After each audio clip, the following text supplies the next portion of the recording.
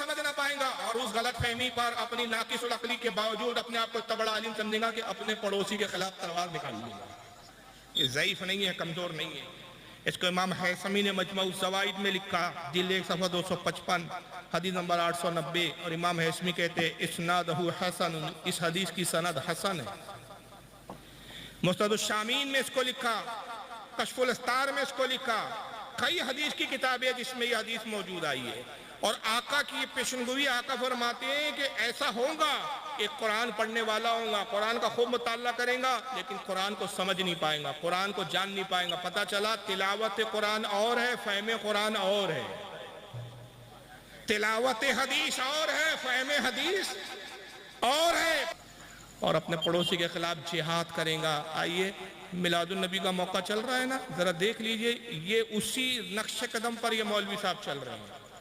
حالانکہ ابھی حال ہی میں ان کا انتقال ہوا، حال ہی میں مرے ہیں، لیکن اللہ جانے کس حشر میں اور کس عالم میں ہوں گے.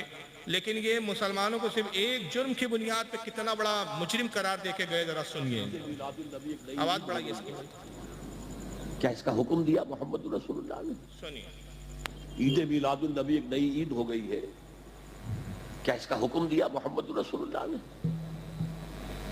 یفعلون ما لا یؤمرون، وہ اپنی ہی ایجاد کردہ روایات ہیں، اپنی ہی ایجاد کردہ بدعات ہیں، اپنی ہی ایجاد کردہ رسومات ہیں، ان پر لگے ہوئے اور دعوے کرتے ہیں اللہ سے محبت، رسول کے عشق کے، جبکہ ان کے عمل میں نہ اللہ کی اطاعت ہے نہ رسول کا اتباع ہے. اب جب ایسی صورت پیدا ہو جائے تو کیا کریں؟ فَمَنْ جَاهَدَهُمْ بِيَدِهِ فَهُوَ مُؤْمِنٌ، تو جو مسلمان بھی ان کے خلاف جہاد کرے گا اپنے ہاتھ سے، اپنی طاقت سے، وہ مومن ہوگا. وَمَنْ جَاهَدَهُ بِلِسَانِهِ فَهُوَ مُؤْمِنٌ، اور جو ان کے خلاف جہاد کرے گا اپنی زبان سے، وہ بھی مومن ہوگا. وہی 3 درجے. وَمَنْ جَاهَدَهُمْ بِقَلْبِهِ فَهُوَ مُؤْمِنٌ، دل سے نفرت رکھ کر جو جہاد کرے گا بالقلب، وہ بھی مومن ہوگا. فَمَا وَرَاءَ ذَلِكَ مِنَ الْإِيمَانِ حَبَّةُ خَرْدَلٍ، اس کے بعد تو ایمان رائی کے دانے کے برابر بھی نہیں ہے. ڈاکٹر اسرار احمد نام ہے ان کا، نیٹ کی دنیا سے جڑے ہوئے نوجوان جانتے ہوں گے ان کو، سنا ہوگا. ڈاکٹر ذاکر نائک صاحب نے اپنا پیس چینل جب شروع کروایا تھا تو ان کی اسپیچیں باقاعدگی کے ساتھ وہ لائی کرتے تھے. اپنے چینل پہ ان کو انوائٹ بھی کیا، ہندوستان بھی آ چکی ہے جناب، اب فی الحال مر چکے ہیں. اب ایک طرف دیکھیے ان جماعتوں کا کہ بھائی ہم اصلاح کی بات کرتے ہیں، لوگوں کو اصلاح کی طرف لے کر آ رہے ہیں، لیکن دوسری طرف تیور ایسے ہوتے ہیں کہ سنی مسلمانوں کو صرف اس بنیاد پر مشرک اور کافر قرار دیا جا رہا ہے کہ وہ اپنے نبی کی پیدائش کی خوشی کا اظہار کرتے ہیں. یہ جشن عید میلاد النبی کی بزم ہے نا، یہ لائٹنگ کیوں لگائی ہے آپ نے؟ نبی کی آمد کی خوشی میں. مگر مولوی صاحب کو نبی کی پیدائش سے اتنی چیڑ ہے، اتنی نفرت ہے کہ انہوں نے 3 کیٹیگری بیان کیا. پہلے کہا کہ عید میلاد النبی ایک نئی عید ہو گئی ہے، کیا رسول اللہ نے اس کا حکم دیا؟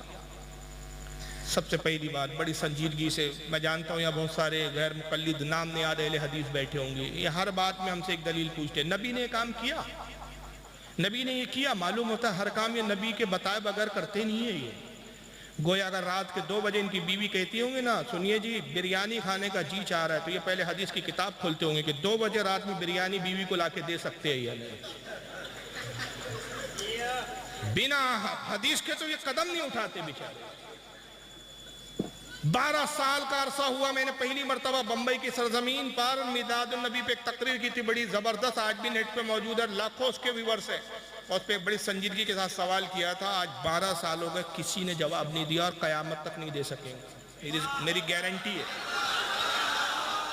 یہ چیلنج کے ساتھ، کیونکہ سوال شریعت کی روشنی میں، طبیعت کی روشنی میں نہیں ہے.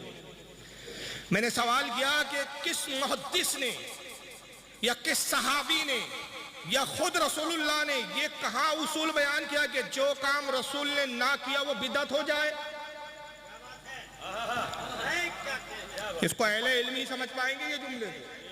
بھائی یہ کس کتاب میں یہ اصول ہے کہ جو کام رسول نے اور صحابہ نے نہیں کیا، صحابہ کو بھی میں ملا رہا ہوں، جو کام رسول نے اور صحابہ نے نہیں کیا وہ بدعت ہے؟ یہ اصول کس نے بنایا، اس کا نام بتاؤ.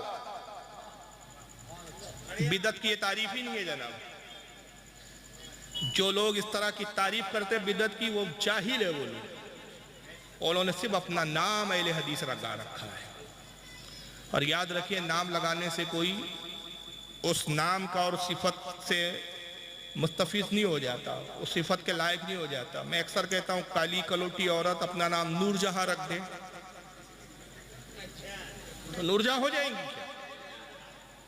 کالا رنگ گواہی دیں گا کہ یہ نور جہاں نہیں ہے، یہ اندھیرا قائم رہے۔ سمجھ رہے ہیں نا؟ نام بدل سے شخصیت اپنے علم سے، اپنی بول چال سے، اپنے حرکات و سکنات سے، اپنے اخلاق کردار سے پہچانی جاتی ہے، نام سے نہیں پہچانا جاتا۔ کہ آپ اپنے اہل حدیث بولتے ہو تو ہمیں یہ اصول دکھائیں نا، کس کتاب میں لکھا ہے، رسول کی کوئی حدیث سنائے، صحابہ کو کوئی قول سنائے، کسی امام کا کوئی قول دکھائے کہ جو کام رسول نے نہیں کیا وہ کام بدعت ہو جاتا ہے۔ یہ بدعت کی تعریف کہاں لکھی ہے؟ بدعت کی تعریف یہ نہیں ہے، بلکہ آئیے بدعت کی تعریف کیا ہے میں نہیں کہتا، بلکہ آئیے آپ کو سامنے دکھا دیتا ہوں۔ ان کے مسلم علامہ امام جو بہت بڑے ان کے امام مانے جاتے ہیں، سنیے وہ بدعت کی تعریف کہتے ہیں مجموع الفتاوی۔ حافظ ابن تیمیہ